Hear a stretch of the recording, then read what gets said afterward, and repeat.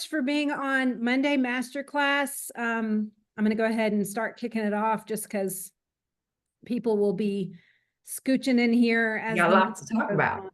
We got lots to talk about, and I want to honor Jess's time. If you are not familiar, I feel like most of y'all are getting on because we said Jessica Hefley is going to speak, but if you aren't really familiar with Jess, then just a little bit of background. Like she said, she's from Arkansas. Both she and her husband are diamonds, which is the top level of the company. What I love about Jessica is that she is a natural, I want to say influencer, but I don't mean it in like the social media term. I mean that she has really great impact in the lives of a lot of people. And I see that as being a source of just one of the things that God did in her story of success.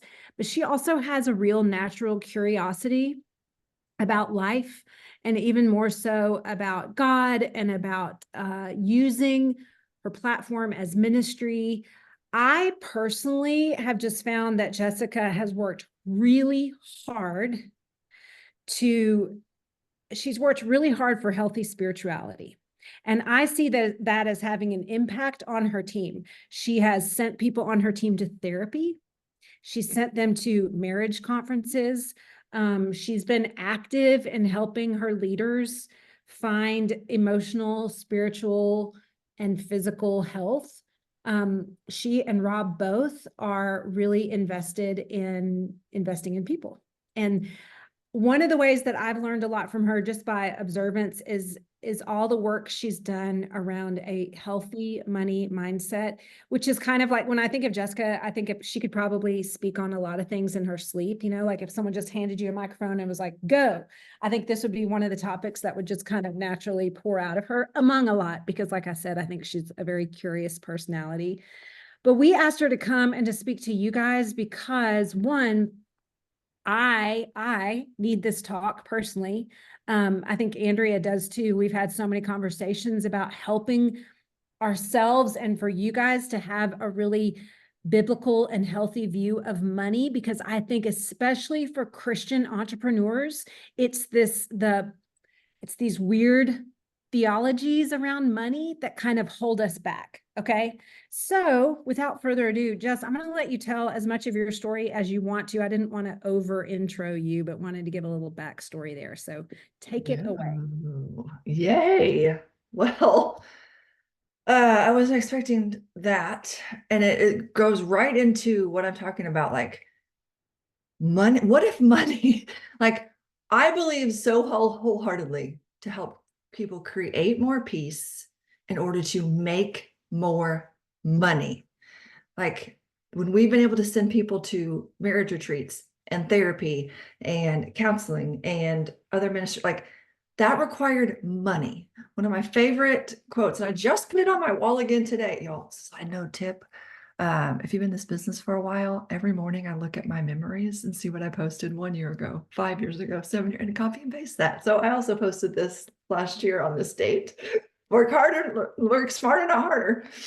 Okay, this is a quote. It says, "No one would have remembered the Good Samaritan if he had only had good intentions. He had money as well." If you know that Bible story where this person was on the side of the road, beaten, bruised, left for dead, and people just kept passing him. But this Good Samaritan came by, picked him up, took him to the inn, not only paid his bill, but told them, hey, if he inquires any more fees, I'll come back and cover the rest of the bill. Okay, a stranger required money. That was to help somebody. And so we're going to talk about that today. But before I forget, because these are my most favorite books, and this is, okay, I have 3 books that have been the most impactful on my life in the last 2 years. Every year, you know, we always evolve. But How Heaven Invades Your Finances. This guy read 100 books on biblical finances. And so to me, this is like the cliff notes of 100 books on biblical finances. He's a pastor. And so he did a sermon series at his church and he spent a year studying for it. It's not even that big of a book, but I've never highlighted a book more in my life. And it's going to tremendously help you from a biblical perspective, full of scriptures, full of ahas, full of, what do they call it? sacrificing sacred cows of things you've thought from culture, from even your church culture that aren't necessarily biblical. And then the other ones are two kinds of righteousness. If you are one that has a hard time with like condemnation or thinking you're not good enough for God, not good enough for your job, this is the awareness of your righteousness in Christ and living that out, your identity. And then 10X is easier than 2X, y'all. And if you're coming to convention, I'm going to be speaking on it. Okay. So let's go. A little bit about my backstory is I actually joined Plexus for the business. I feel like that may be a little bit of a rarity. I had been praying for a way to make money from home. This is probably why I'm so passionate about talking about the business, talking about the money, because I literally, this is an answer to my prayer. Like this wasn't Tamara convincing me or like trying to sneak me in or being unafraid. I actually wasn't even paying attention to Tamara's post. I thought it was a weight loss. Tamara Holloway is my sponsor. I thought it was a weight loss company. She had posted some weight loss stuff and I was like, no, not interested.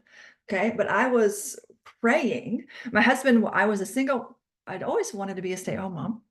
And so when our son was born, we actually had to move all the way across country from Arkansas to Ohio in the middle of winter with a 6-week-old newborn for my husband's new job. It was really sad. I knew nobody. It was the middle of the winter. It was my first baby. Actually got quite depressed, watched soap operas and talk shows all day long. It's horrible.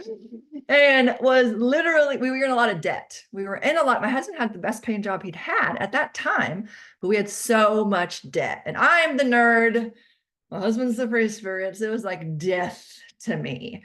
But I did not grow up with money. My dad probably made around $30,000 a year supporting a family of 7. He worked at a glass factory. He wore safety goggles, steel-toed boots. I grew up blue collar. I grew up where Christmas was on the credit card every year. I grew up, we took our vacations, we're taking our tax return money and going to visit my aunt's house that lived far away. Okay, that's how I grew up. And so I just always assumed I would make around $30,000 a year, live paycheck to paycheck. I didn't have any vision, I didn't have any dreams. But I just know that I was depressed at home, searching on the internet for a way to make money from home. But it wasn't until Tamara's post at the Lexus dealership where she was just going, which Lexus should I choose? And I also don't like fancy cars. Okay. They just don't matter to me. But I was just like, whoa, stop my scroll. I knew her from church and she's not weird. And I need to make money from home. I wonder how much money she's making from home. And so and I'm an introvert, y'all. I don't talk on the phone. I called her and I like, don't think you understand. I don't like talk on the phone. And I was like, okay, what is this? And how much money are you making? Like those questions that are rude, but I don't do things by culture. Like whatever the culture says is norm or appropriate, I just don't care. And so I was like, no, how much money are you making? And at the time, she was making around $10,000 a month. My mouth went, but my brain went, but she's not lying to me. Like she's a good Christian girl. I know she's not lying to me, but I cannot fathom that. Like I can't fathom that. Before I called her, my thought was like, oh, $3,000. I bet you in my wildest dreams, she's making $3,000. I just want to make $500 a month. If she's making 3,000, like that would change my life forever. And when she said that, I was like, it was like this. I got to figure this out. I had never tried the products before. Never. I went home and I told Rob, I said, this is what I think our answer to prayer is. This is the way that God's going to get us out of debt. And he was like, heck no, Jessica, you are an introvert. We're not going to scare our friends away. You've already been deleting Facebook friends. Like, no, this isn't going to work. But I am cheap and I didn't listen. And I actually had been researching. I found Lori Harrison had old YouTube videos on gut health. That I could stand behind. I was starting to learn about gut health. My son had eczema really bad. He was born with it. It was getting worse. I did lots of natural ways, tried different probiotics, been to the chiropractor, did I was on this journey of learning about gut health. And I thought Plex was a weight loss company. So I was like, oh, wait, I can make money and educate people about gut health. Yes. And there was like this platform of I can educate. People need to know that what gut health is and that it helps with everything. And so I actually joined without ever trying the products before. I had already decided that I was going to be an emerald even before my welcome pack came in, even before I had ever tried the products. And so this is why I feel so passionately about post for those people. Those people are out there. You offer a solution to something somebody is praying for. I was praying for this. This was the answer to my prayer. Okay, so we got the walk about, oh, but I also like learned, I read the compensation plan inside and out. I was going to know how to make money. I knew every way to do it. I was watching videos, studying all these things. Anyways, that's a little bit about my backstory. So when I went, I told my 5 closest friends, I think this is also important for the story. I told my 5 closest friends, even before I made my first post, and all 5 told me no, which I think is very important to tell your new people when they think that, oh, you're their sponsor. They're like, they think, oh, well, nobody tells you no. No, my 5 closest friends, like best friends, like in life group together, grew up together, different walks of life. They know that I'm smart. I had researched this extensively. I knew 2 of them needed the money. I knew 2 of them needed it for their health. One of them was pregnant and she worked in corporate America. I thought she was ready for a career change. All of them told me no. But this is the most important. I had to listen to what God was telling me to do, not what culture, not what my friends, not when people were telling me no. I had to remember this was the answer to the prayer I had been praying. And so I put myself out there and was consistent because God told me to, not because my 5 closest friends told me no. And anyways, it was just really neat as I was consistent and as I was, went silver and earned leaders retreat and had testimonies. 4 of the 5 came around and are high ranking leaders on my team now, but I had to go first. So I think that's really, really important. But I want to talk to you guys about money. Because it's my most favorite topic. We're going to do an exercise we're going to talk about, let me start with this. Write down on the piece of paper. You may have heard me do this before, but I don't care because this is so profound. Write down on a piece of paper right now. You don't have to show it to me. What is your dream yearly income with Plexus? Like, think of the scary goal. Like, oh, that's going to be a stretch, but this is my dream. What is that yearly amount? I need you to write it down on a piece of paper. Raise your hand if you've written it down. You don't have to show me, but I want you to physically write it on a piece of paper. There is something about actually writing things down. Okay. Set that aside. We're going to do something with that in a minute, but I feel really passionate about what if money is neutral? We have so many heightened emotions about what this amount of money means, or what the amount of money that we make means, about the amount of money she makes means, or what she does with her money, what we do with her money. It's just, you feel the anxiety rise up, the anxiousness, the fear, the uncomfortableness, what if though money literally is neutral? It is neither good or bad. What if we started to view money as neither good or bad? For example, I used to have a brick in here. I don't have a brick in here. Imagine this heavy candle is a brick. Oh, here's a pretty one. This looks like a real rock. Oh, no, here's my brick. Okay, this is a literal brick, right? Okay, so my diamond brick. Okay, so a brick is a brick, right? What can I do with this brick? With this brick, I can smash out your window, break into your house, and steal your stuff. I can do that with this brick. With this brick, I also can build the foundation of your house, or a hospital, or a church, or a school, right? So this brick can break into someone's house or build the beautiful foundation of something that's needed. This brick is neither good or bad. What somebody chooses to do with it is good or bad, but the brick is neutral. It means nothing. The same thing with money. It means nothing. It's what somebody chooses to do with it. That it in of itself is not money. So I want to, this is what I want to go over quickly 6 lies that Christians are believing about money. 6 lies about money that are keeping them from prosperity. Okay. I want you to notice that your thoughts about money could actually be selfish. And we live into the story we tell yourself. So I just want you to have some awareness during this exercise. You get to keep whatever thoughts you want to have about money. Okay. But have you ever had this thought? I have enough money. I have enough. Our groceries are covered. Our house is paid. We cover our bills. I have enough. Okay. I'm about to bust that out. You have enough. Well, good for you. But what if that's actually a selfish way to view things? Do you know somebody else who needs some money? Does your church need some money? Does the school need some money? Does a family member need some money? So you may have enough to cover all of your bills. And so you just get to think, well, but I have enough. But what if that is actually selfish? What if that's actually a selfish way to view things? Here's another one. Money's not important. Have you ever caught yourself saying that? Money's not, but money's not important. My goals aren't important. Money's not important. Yeah. And I bet you don't have very much of it, because anything that somebody thinks is important, they have that. Okay. Do you have your children? Do you think your children are important?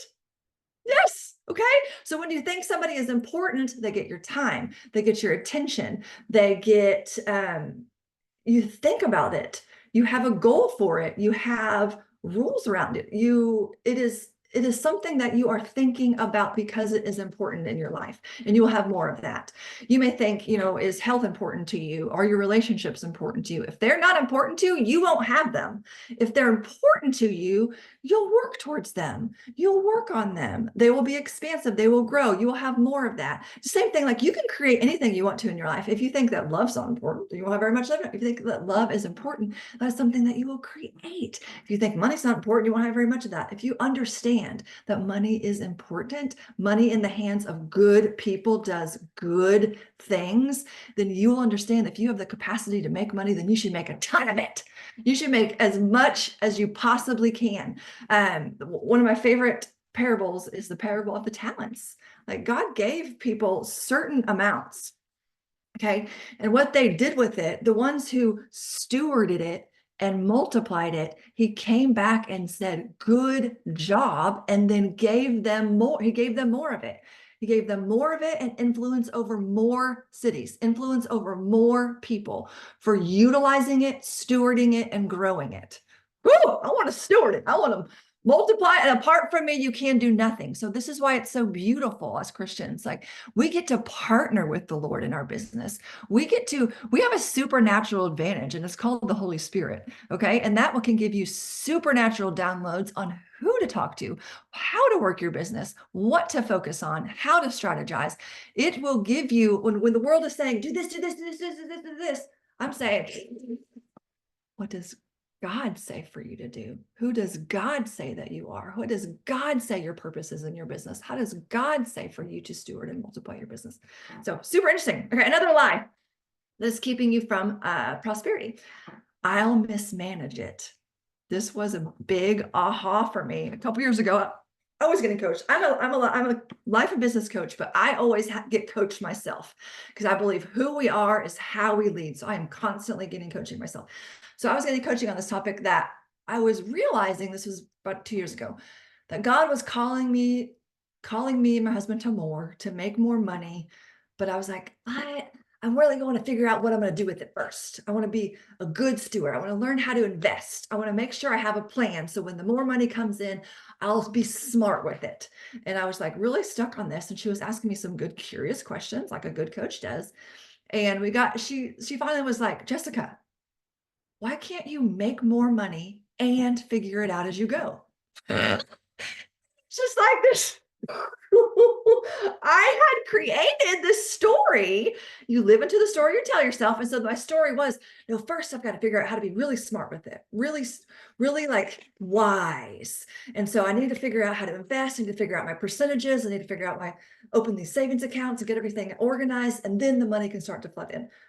But what if you can make more money and figure it out as you go? Just the same when you guys teach in this business, a brand new person's like, no, wait, I've got to figure out everything, how every product works and how to work the business. And then we send them Melissa Eigenhorst's old video that's like earn while you learn. It's the same thing with this. So if your thought is, I'll mismanage my money, good for you. You're just going to need to stay in your little small story. Okay. Make more money and figure it out as you go. Beautiful. Okay, another one. I don't need it. That kind of goes back to with I have enough, but I don't need it. My needs are covered. My needs, again, I. All of these, have you noticed, are I statements. I have enough. It's not important to me. I'll mismanage it. I don't need it. Super interesting, right? The next one, I don't deserve it. Ooh, where does our value come from? The Lord. Okay, and so the deserve thing is just totally out of the question. Deserve has nothing to do with any of it at all. I deserve it as much as you deserve it as much as me. None of us deserve it. And so it's just so beautiful to understand if you're over there like this, well, I'll call it out, pride, this false humility of I don't deserve it. Okay, stop thinking about yourself. Okay, worry about you. Because there is a bigger picture out there, a bigger vision, a bigger purpose for us to make more money and have more money in the hands of good people. And the last one is, it's more nobler to be poor. God wants me to be poor. Okay, let me read you a verse. I'm going to combat that one for just a little second. 2 Corinthians 9:8. And God is able to make all grace abound to you, so that having all sufficiency in all things at all times, you may abound in every good work. This book taught me about the river, the flow of this river, of like, God wants to flow money through people who are going to bless other people with it. Yes, you will be blessed in that process. But if you are a conduit, there are certain people that are like, money flows to and it stops there because they hoard it, only do things for them. But then there's those people who money gets to them and it keeps flowing to others. They understand the concept of giving. They understand this concept of flowing, and they have more than enough for themselves and to meet the needs of others. What's the poorest way to help the poor? Be poor. So what's the best way to help the poor? Make more money. Okay. So this noble, this like stance of like, no, God wants me to be poor. No, God commands us to feed the poor, to help the poor. So how can we help them if we are poor? And so I just feel so strongly about money in the hands of good people. So go back to that original income. I want you to look at that income that I had to write down, that dream income. We're going to do something with that. Okay. Cross it out. Cross it out. I used to have people double it. Now I have people 10x it.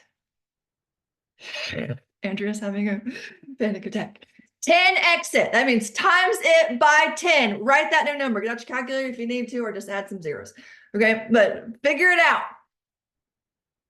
and look at it. What are you making that number mean? If money is neutral, if there's literally no ceiling to the provision of the Lord, no end to the good that is needed with money, what does that number mean? I want to hear how are you guys feeling in the comments? Like, what's coming up for you when you see that 10x number?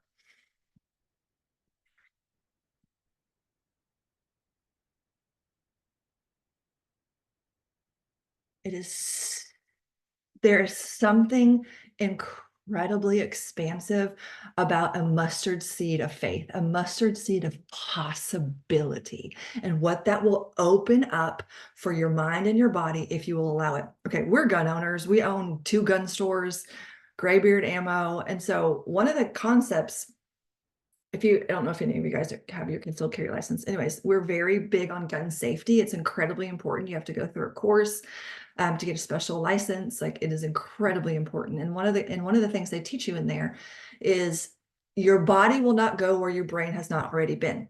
Okay. So you have to go through scenarios in this class, work through them, talk through them, discuss them of what would happen in this particular scenario, so that if when it comes up in real life, you will know what to do. Side note, this has nothing to do with any of this, but I'm going to tell you a self protection tip. Okay, this was fascinating. This is another good example of this. Okay, so years and years and years ago, a girl was abducted from our Target parking lot, was taken in a van, and she died. Okay, and so we have a friend who's really big into self-defense. He used to be in the military. And he taught me this, and I will never forget this. He said, if someone is trying to kidnap you and move you somewhere else, like get in their van, get in somewhere else, he said, do not get in the van. Your chances of surviving, even getting shot there right on the spot, are higher than if you get in that van and they take you somewhere else. I will never forget this. And so that helps my brain, because what happens in those situations, most people will just freeze. They're getting abducted and they think, oh, and they don't scream or they don't do anything, and they just get in the van. Okay. Or someone has a gun to them. They're like, well, I don't want to get shot. I'm going to get in the van. No, now I know. Don't get in the van. You will probably die if you get in the van. So scream, yell, kick him in the balls, get shot. I don't care, but don't get in the van.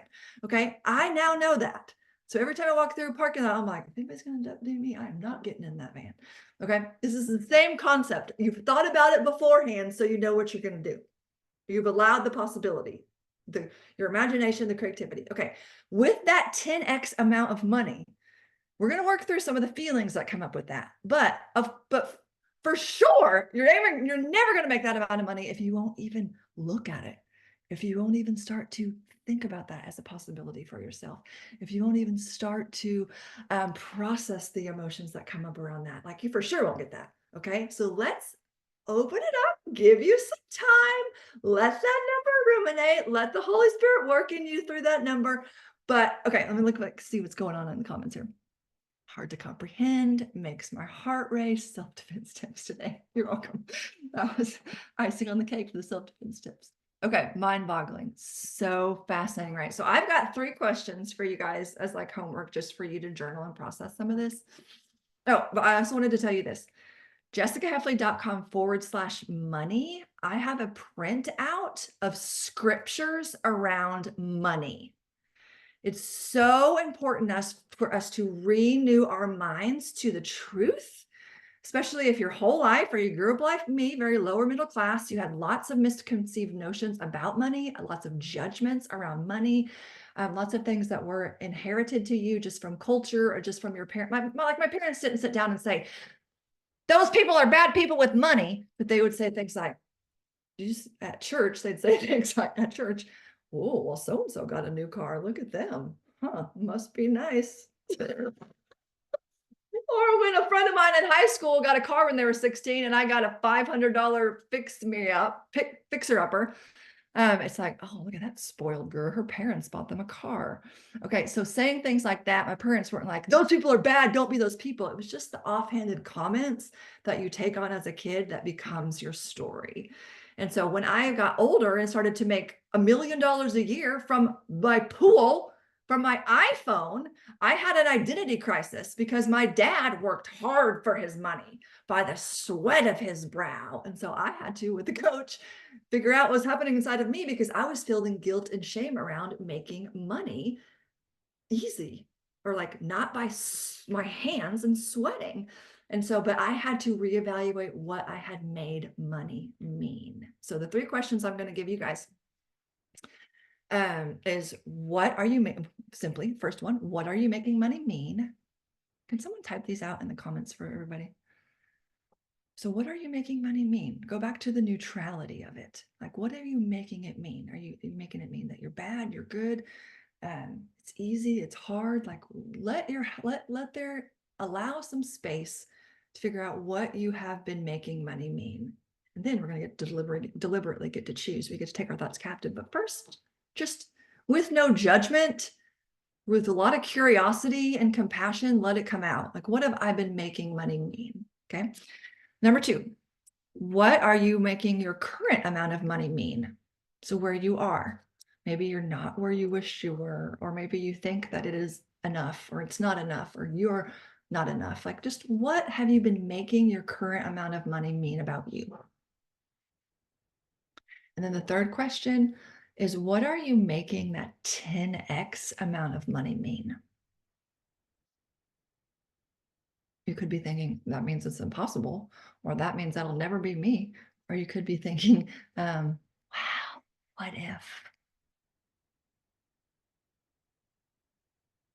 What are some specific areas that I can focus on in my life and my business that could help me get there? What are some things that I need to change? And what are some ways where I'm going to have to stop fighting all these fires and work, and take a step back and be like, what are the biggest needle movers in my business? What is clearly the most important area of focus for me to teach my team and for me to live out as an example as their leader?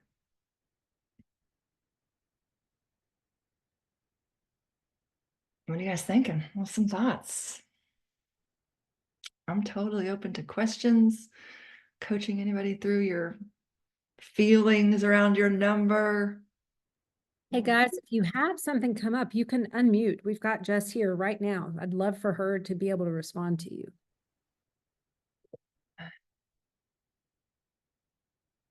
I'd done that exercise for years and I'd always doubled it. And when I read this book, I 10x'd it.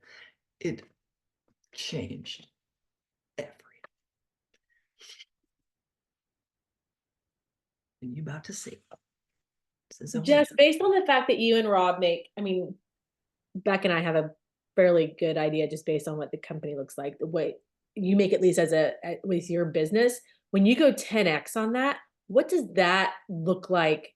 Like, does that look like, oh, we're adding different things to it? Does that mean, oh, I'm digging back into this? Oh, I'm going back to, the beginning of my business and I'm going to work all that hard all over again to like 10 times. Like, so what, I knew you were going to say no. So what does it look like? I mean, the book is going to be so good. And I think we're about to do a book study on that. So I was just talking to Julia about it, but what is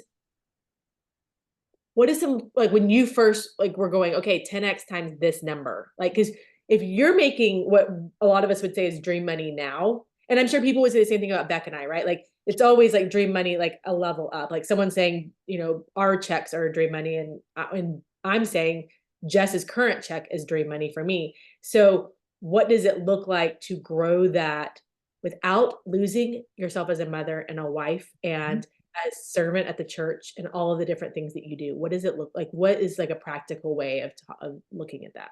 Yeah, it is a completely different. One of the quotes he says is, how do you make your current life better? Is making your future life bigger. Okay, so this is just so mind-boggling to me, this whole entire book. It's a completely different way. The old way of doing things, 2xing, an example of what most people are doing and what burns them out. 2xing means work, hustle, doing all the things. And the people are already like, I'm already working so hard and barely growing. I can't imagine 10xing. But that is why 10xing it is not this. It is a completely different way to think, a completely different way to act. Okay, so if your goal is 10x of what it is now, that does not mean you're doing everything that you're currently doing 10 times harder. That means that you are going to have to step back and evaluate first of all, I do believe once you actually embrace the vision and decide on the vision, then more inspiration and more ideas are going to come. Okay, for me, and 10x looks different for everybody at every stage in their business. If you're a gold, and this isn't a one-time arrive. It talks about how every single stage of your life, you 10x, and 10x really is leaving 80% of what you usually do behind to focus on the top 20% that is going to bring you to the next level. And so it's a constant leaving things behind to go to the next level, which comes with a lot of emotions. People don't like the feeling of loss. They don't like the feeling of change. So like y'all have Becky, so I know you're all familiar with stuff like this, but like, and my mentorship, I teach on the feelings wheel a lot. So many people cannot identify what they're actually feeling in their body. They're just like, oh, that seems too scary, or oh, I'm not going to go there, or that's going to seem too hard. Instead of, oh, what actually is that? Side note, I feel like you, anyways, like anger. You maybe get angry, like, well, she makes more money than me, or she's working harder than me, or she's doing all those other things. Anger is a secondary emotion. Probably something that's going on inside of you was probably sadness or inadequacy or embarrassment or worry. It's just easier to be mad about it, or it's just easier to. So, anyways, well, we could talk for a whole day. But really, and also at my stage, what that looks like, again, this is not going to look the same at a gold level. Okay. I'm hiring a lot of things out. He has another book called The Who, Not the How. And I have made the mistake of, well, it's not a mistake because let's focus on the gain and not the gap. Another great book as well. I've always hired people just to keep my head above water. I've hired an assistant, just like, here, do a couple of these things to keep my head above water, instead of hiring people very strategically to help me grow my business, hiring people already in their zone of genius. So I'm not trying to teach my assistant how to do social media or run emails or do, like, they already know how to do that. So hiring people who already know how to do that, want to do that, have goals to meet, are part of the team. That's on another level. If you're at gold, like, I hired my first assistant around gold, and I hired, so a 10x jump for me probably at gold was going to therapy and hiring a college gal. And the college gal would watch my kid for a couple hours a week, do my laundry and dishes. And then I had her send out my welcome emails. I had her like organize like just a couple of things at that stage in my business. So every stage is going to look different. But there's no, why this has been so expansive for me currently is that it didn't feel like I was getting vision casted to me from other places. And so this helped me see and create a bigger future for myself. And from that, I'm figuring out how to get there. But it does not mean work harder. He actually takes, at the beginning of the year, he takes off 180 days first, which I believe is so powerful and so important and so the opposite of burnout and 2xing your business. Most people are like, I can't rest. I can't stop working or my thing will fall apart, or like, that is a complete scarcity way to view things. And you're probably focusing on the wrong thing. So I just went to a silent retreat this weekend, y'all. I just recorded a podcast episode about it 5 minutes ago about how a silent retreat helped me 10x my business, because it gave me, it was 3 days, no phone, no time, no watch. It gave my brain the space to pray, to walk, to journal, to plan, to figure out what my 10x goals are and strategize, not from a place of like hurry or deadline, but of like, oh, that this is what you're calling me to do, Lord. And apart from me, you can do nothing. This is what we're doing together. So how can I steward this better? And it gave me the space to do that at a silent retreat, which is pretty cool. I'm dying because we did some silence and solitude at my retreat last week, and I was like, wow, I have been avoiding this, which is essentially avoiding the spirit, right? Mm-hmm. Let's go, Jess. I know you're we're both like big believers in the mysticism of the spirit. Okay. Let's talk about scarcity, because you brought it up. I truly struggle with scarcity. This has been so, and I really feel like the Lord has used Plexus to show me the scarcity blocks. And I find myself even fighting with him about it. Like, but what about this? And so what would you say? Because I feel like our team's being really quiet. And I want to say, I think you guys might be being quiet because you might, like me, carry shame around the conversation of money. Okay. So Jess, can you speak a little bit to the connection between shame and scarcity? If that resonates with you? Yes. Well, first of all y'all, what if we stop making shame such a bad thing to avoid? What is the message your shame is trying to tell you? Like, what if, okay, we're so naturally judgmental. Shame is so big around money, y'all. Like it's so big. And because of that shame, we hide because we think shame is bad. What if we feel the feeling of shame? Okay, Becky,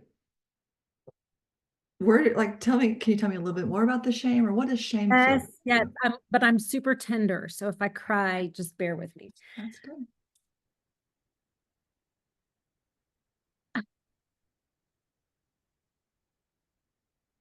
Sorry, guys. So raw, in a good way, raw. Preacher's kid, Mhm. love my dad. My dad, my hero. Definitely grew up around his message. He was raised by parents who were children of the Depression.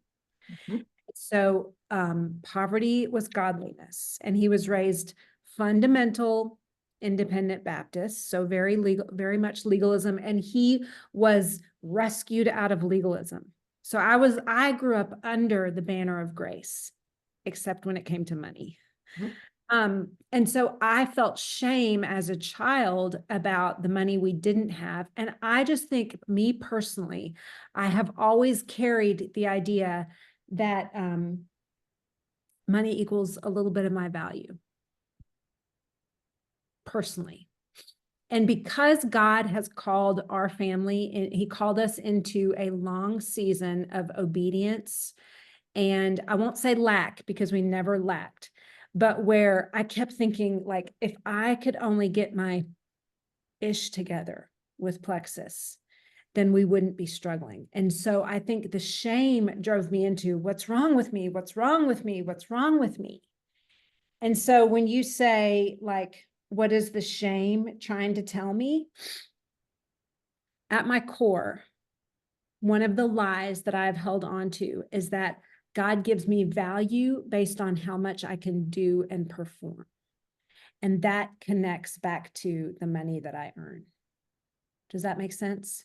And I know it's a lie.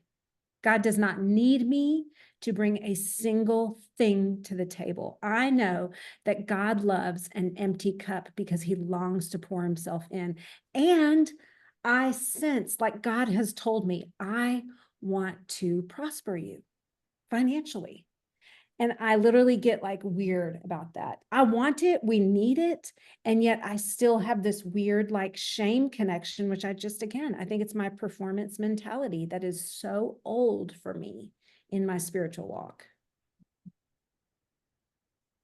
What are you making it mean about you if you believe something different about money than your dad does? Oh man.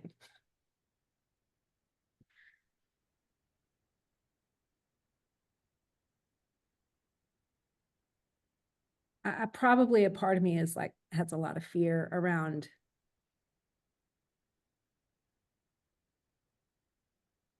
yeah, I feel fearful about that ultimately, even though there's so many topics. My dad's the same guy that said, Becky, gut health, that's rude. Nobody actually says that. And I was like, oh, he's a PhD. He's very, very, very smart man.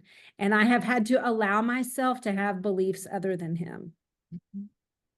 What's that fear feel like? Where's that fear at in your body? I'm 4 years old in that fear because he's my protector. Where is that? If you could feel it, where exactly in your body is that? Like right here, like I can makes my chest and my throat tight. Okay. Can you take a couple deep breaths there? Does it have a color or a size? What does that feel like? That feeling of fear in your. It's not that heavy. Mhm. It's probably gold because it's a fear that in some ways helped me. When I was really struggling with like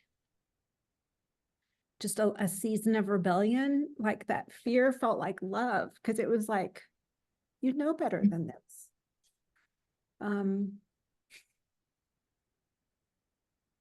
You could just Like stay. Go ahead. it's something that I can take off. Does that make sense? Like it's something that I'm ready. I felt it even just this past week when I was quiet. I was ready for the Lord to take it. What if, don't take it yet. I want you to feel it in your body.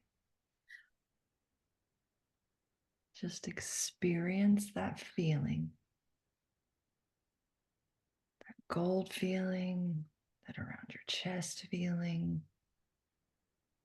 Like literally, I want you to take 5 deep Holy Spirit breaths right into that. Don't try to explain it away. I want you to feel it.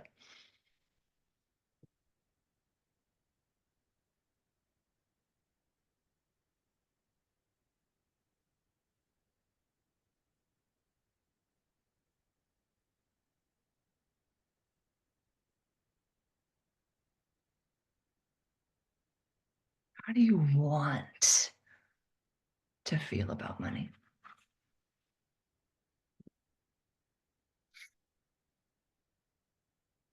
I want to feel brave. I want to feel courage.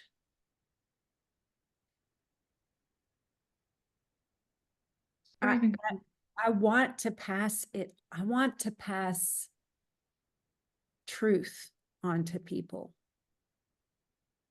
because I want people to get free in all areas. I want to pause and tell everybody just for a moment what just kind of just happened is that so many of us that we get the edge, the inkling of an uncomfortable feeling of shame or fear or an old story, and we're just like, no. You probably don't even realize you're like not even going there. And from that, I mean, it's like a beach ball, like a ball on the pool. Okay. It is like when you're trying to stuff that floaty ball, like you're pushing it under the water and it is so hard, but you're like, no, I don't want to, that's my old identity. That's who I am. No. And then what eventually it'll pop back up and hit you in the face. Okay. But just by, we are feelings beings. We are our body. God designed us this way. This is not some hokey pokey weirdo thing. Like this is how God designed our bodies. Like Becky just taking 5 seconds to feel that, acknowledge that, pinpoint that in her body, helped her deflate that beach ball a little bit. Helped it take the power of not having to stuff it. And it's not going to come back up and pop her in the face. But it also is important for us to process emotions in order to powerfully decide how we want to feel and think moving forward. It's really, shame will keep us stuck. It's like this. I see it often when people don't think they have options or possibilities. They think, no, this is the only way I have to do it. I have to make more money. This is what we need. I have to grow my business. I have to 2x. I have to work harder. They're not seeing, oh, if I take 3 days, if I take Wednesdays off, I'll have that brain space. I'll have that creativity that I could, they're so scared. Like, no, if I stop working, I won't come back. Feel that fear, feel that embrace. Anyways, kind of wanted to explain what was happening there with Becky because she needed to feel that for a moment. She needed to actually acknowledge that, honor that in her body. That's a place of trauma stuck there. But now she wants to feel brave and courage, and she wants to pass on the truth. Now, what does that feel like? Where's that in your body? Not in your thoughts. Where's that in your body? Where's brave? That's like in my gut. Good. Tell me more. Tell us about it. Yeah, I feel joy, honestly, when I think about it that way, setting people free and giving people the truth.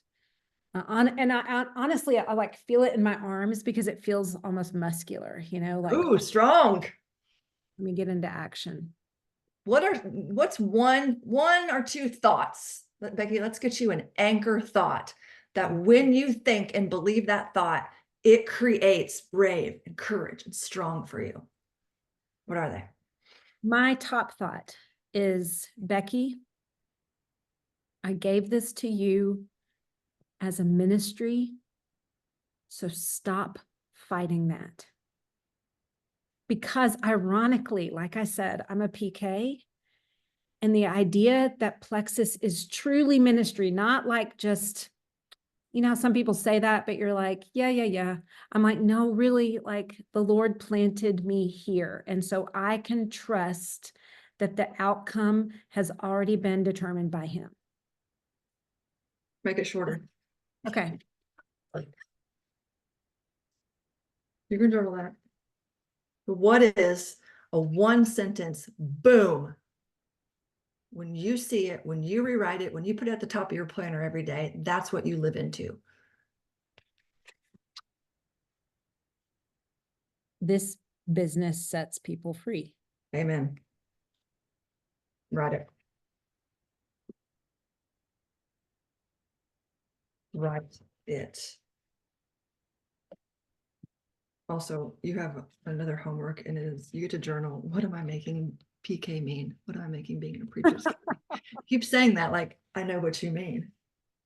What have you made that stigma mean? Because you can make it mean whatever you want to. There's lots of preachers' kids.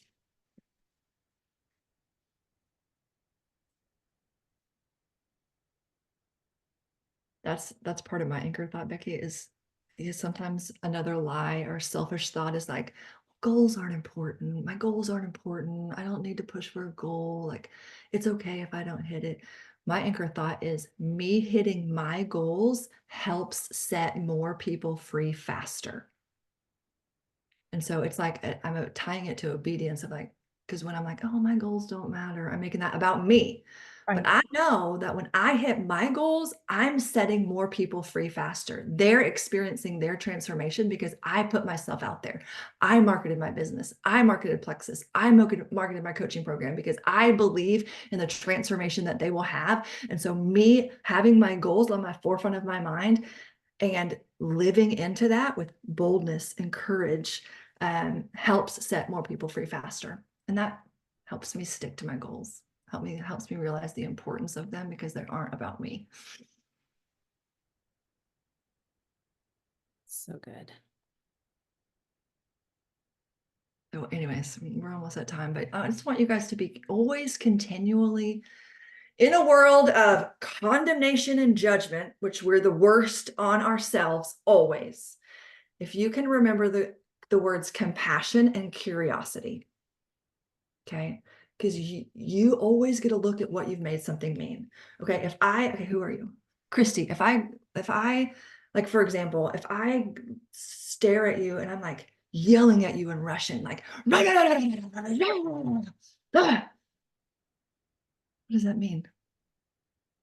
It doesn't mean anything. You don't even know what I'm saying. Okay. I could be like, you guys are beautiful, but I could be you in a different, like, it's just, what are we making things mean?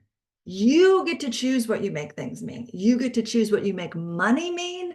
You get to choose. Episode 85 of when you go to jessicahefley.com/money, it starts with my 5-part money series. And 85 is all about money being neutral.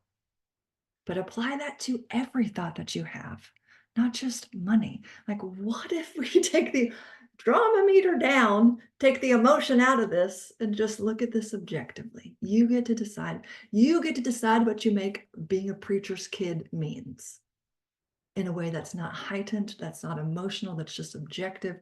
Your dad was a preacher. My dad was poor.